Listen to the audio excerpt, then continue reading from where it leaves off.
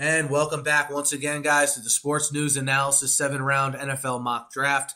My name is Mike. We're through 2 full rounds of this draft and picks 1 through 10 of the 3rd round. This video, of course, for picks 11 through 20 of round 3. Again, the depth of this class, I think, is really going to be shown off here from this middle of the 3rd round through the top of the 5th round, where I still think there's plenty of quality starter-type players available. And we'll start with one of those at pick 11 for the Rams.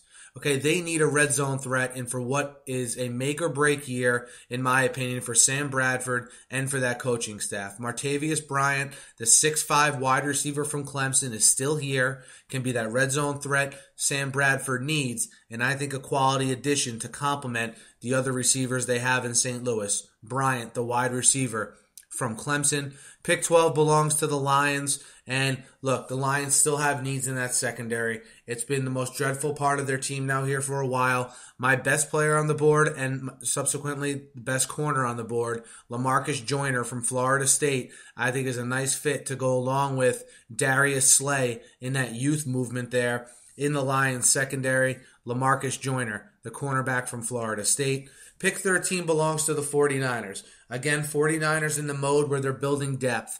Anquan Boldin just signed a 2-year deal, but he's not going to be there forever.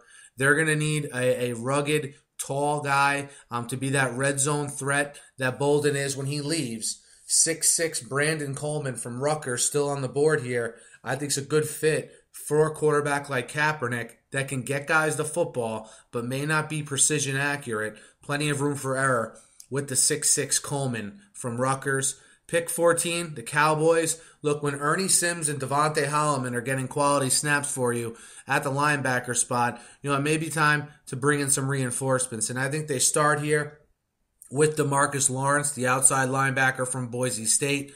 I think he is a scheme fit in that Monty Kiffin 4-3 Tampa 2 defense. Some people disagree, but I think he's the best outside linebacker on the board here at pick 14. Pick 15, the Ravens. A.Q. Shipley and Geno Gradkowski simply did not get it done as far as, rush blocking here in 2013. Marcus Martin, the center from USC, who some people have as the best center in this draft, I have falling nicely to the Ravens at a value position and a position of need as the Ravens try to bolster that running attack. Pick 16 in the Jets. All right, I think the Jets are going to bring in another young quarterback. They met with Jimmy Garoppolo at the Combine. They met with Jimmy Garoppolo at the Senior Bowl. And if he's here at pick 16, like I have him falling in the 3rd round, I think the Jets jump on the young quarterback from Eastern Illinois, Jimmy Garoppolo, to give some competition to Geno Smith. That whole mantra that Idzik's been preaching here since he got there. And it would be interesting to see those 2 young guys battle it out. Garoppolo to the Jets. Pick 17. The Jets rival the Dolphins. Look, along with how much of a mess their offensive line is, I think what people are forgetting is that 2 mainstays for them at defensive tackle, Randy Starks and Paul Soliai, are also both unrestricted free agents.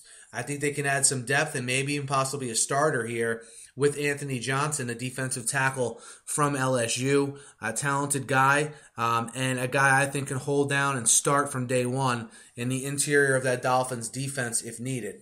Pick 18, the Bears. The Bears have a history of not drafting safeties early, which is why I didn't have them taking one early in this draft. But Dion Bailey falls nice to them here at pick 18. The Bears can use an upgrade at either safety position with how bad Chris Conte and, of course, Major Wright played last year.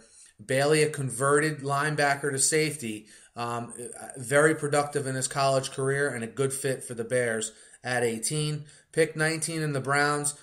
The Browns now have all of a sudden a big need, all right, at inside linebacker with DeQuell Jackson, moving on to greener pastures after being released by the Browns, and some underperforming players at the position as a whole other than him.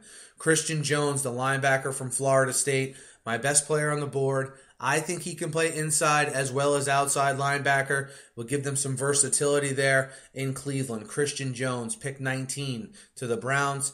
And lastly, guys, for this video, Trey Mason, the running back from Auburn, I have going to the Arizona Cardinals at 20.